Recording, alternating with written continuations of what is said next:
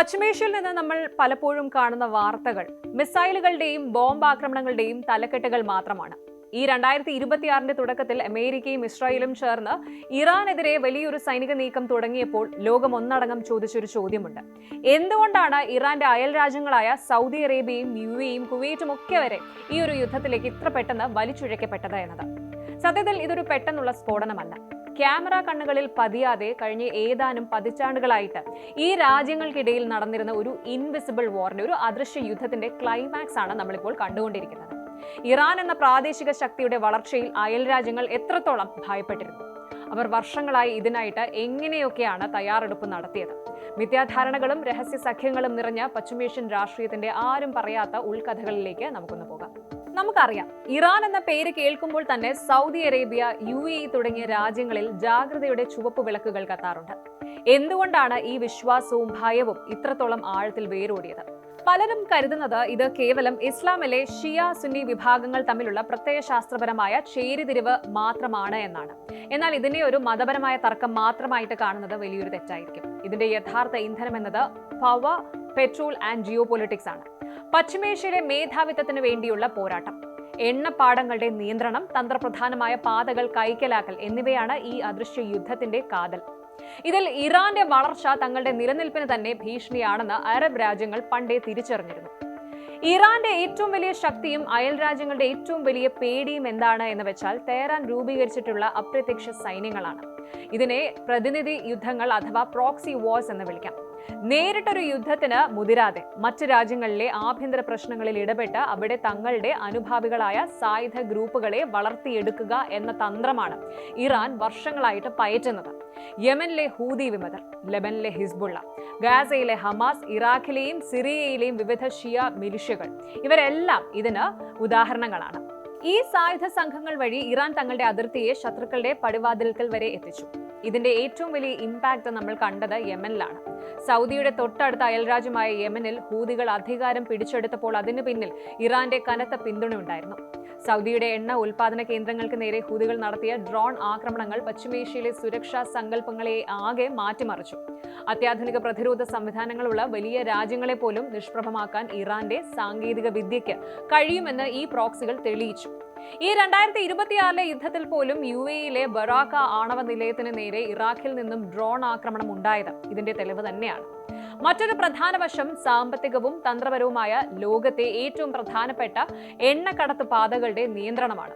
ലോകത്തെ ഞെട്ടിച്ചുകൊണ്ട് straight of Hormuz നിയന്ത്രിക്കുന്നത് ഇറാനാണ്. ആഗോളതലത്തിൽ വിതരണം ചെയ്യപ്പെടുന്ന അസംസ്കൃത എണ്ണയുടെ വലിയൊരു പങ്ക് ഈ ഒരു ഇടുങ്ങിയ കടൽപാതയിലൂടെയാണ് കടന്നു പോകുന്നത്. ഒരു യുദ്ധ സാഹചര്യം ഉണ്ടായാൽ ഈ പാത ഉപരോധിക്കുമെന്ന് ഇറാൻ എപ്പോഴും ഭീഷണിപ്പെടുത്താറുണ്ട്. ഈ 2026 യുദ്ധം പൊട്ടിപ്പുറപ്പെട്ടപ്പോൾ ഇറാൻ ഈ കടലിടുക്ക് അടയ്ക്കുകയും കപ്പലുകളിൽ നിന്ന് സുരക്ഷാ ഫീസ് ഈടാക്കാൻ പുതിയ അതോറിറ്റി ഉണ്ടാക്കുകയും ചെയ്തു.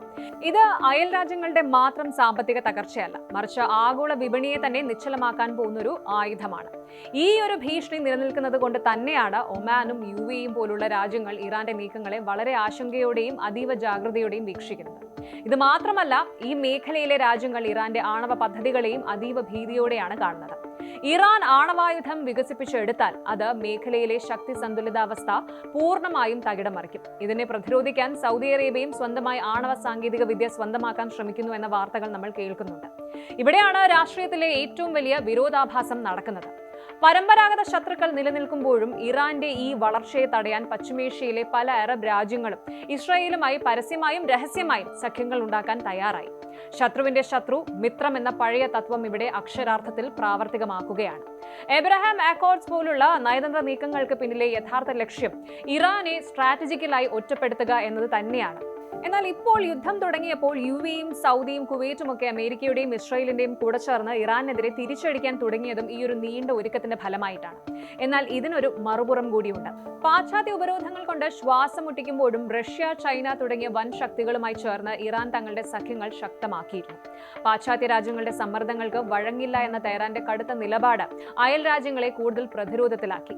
നിലവിൽ ഏപ്രിൽ മുതൽ ഒരു താൽക്കാലിക സീസ് ഫയർ നിലനിൽക്കുന്നുണ്ടെങ്കിലും US പ്രസിഡന്റ് ഡൊണാൾഡ് ഡൊണാൾഡ് ട്രംപും സെക്രട്ടറി ഓഫ് സ്റ്റേറ്റ് മാർക്കോ റൂബിയോയും ഇറാനുമായിട്ട് സമാധാന ചർച്ചകൾ നടത്തുന്നുണ്ടെങ്കിലും അവസ്ഥ ഇപ്പോഴും ഒരു കത്തിമുനയിലാണ് എന്ന് പറയാം.